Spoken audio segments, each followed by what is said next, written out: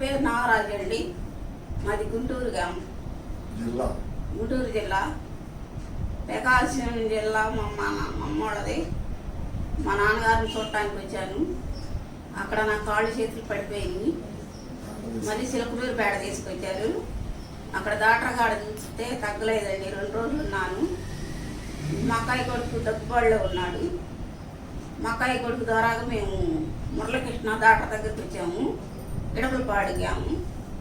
అక్కడే చూపించుకున్నాను. 15 రోజులు ఉన్నాను. అక్కడి నుంచి ఇంటికి మందులు రాశారు. 15 రోజులకు ఒకసారి మందులు వాడుకున్నాము. ఇప్పుడు 8 నెలలు అండి. బాగా తగ్గిపోయింది పూర్తిగా. బాగా నడుస్తున్నాను. డాక్టర్ గారికి ధన్యవాదాలు. ఫస్ట్ వచ్చినప్పుడు నీకు ఎట్లా ఉంది? అసలు పడిపోయానండి. కాళ్ళు చేతులు పడిపోయి నడవలేకపోయాను. చేతి పట్టుకుంటే పడిపోతున్నాయి. అసలు 2 చేతులు 2 కాళ్ళు 2 కాళ్ళు 2 చేతులు ఇక్కడ నుంచి మాట వస్తుంది, కింద నుంచి మొత్తం రావటం లేదండి. బాగా ఇట్లా చేతులు కూడా పైకి ఎత్తుతున్నాను, ఇట్లా తీస్తున్నాను, బాగా ఇట్లా ఊపుతున్నా, బాగా నడుస్తున్నా. బాగా ఉందండి నాకు.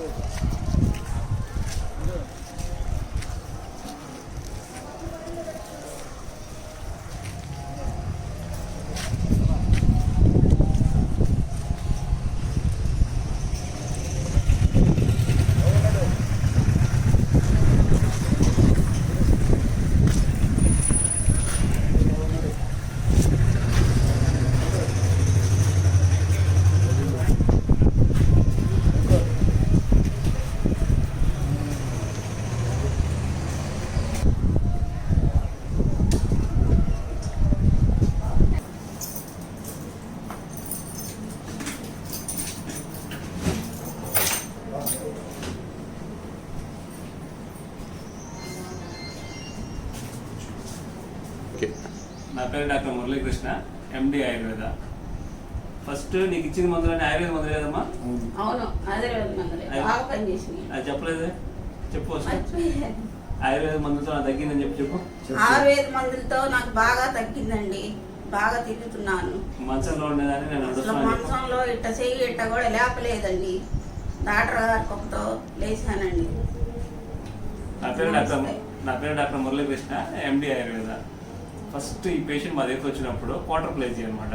అంటే పక్షవాతం వచ్చినప్పుడు మామూలుగా అవుతుంది, ఒకవైపు కాలు చేయి పడిపోతుంది, కుడివైపు కాలు కానీ కుడివైపు చేయి కానీ పడిపోతుంటుంది. కానీ ఈ పేషెంట్కి ఏమైందంటే ఈ 2 చేతులు 2 కాళ్ళు, దీని ఏమంటే క్వార్టర్ప్లేజీ అంటారనమాట. 2 చేతులు 2 కాళ్ళు పడిపోవడాన్ని బ్రెయిన్ స్కాన్ చేయించాము, తర్వాత స్పైనల్ చేయించాము. ఎక్కడ ప్రాబ్లం అయితే ఐడెంటిఫై కాదు. సో ఆయుర్వేదంతో దీనికి వాత వ్యాధి అని చెప్పేసి డయాగ్నోస్ చేసి వాత వ్యాధికి ఎలాంటి ట్రీట్మెంట్ ఉంటుందో ఆ ట్రీట్మెంట్ ఇచ్చుకుంటూ స్టార్ట్ చేసాము.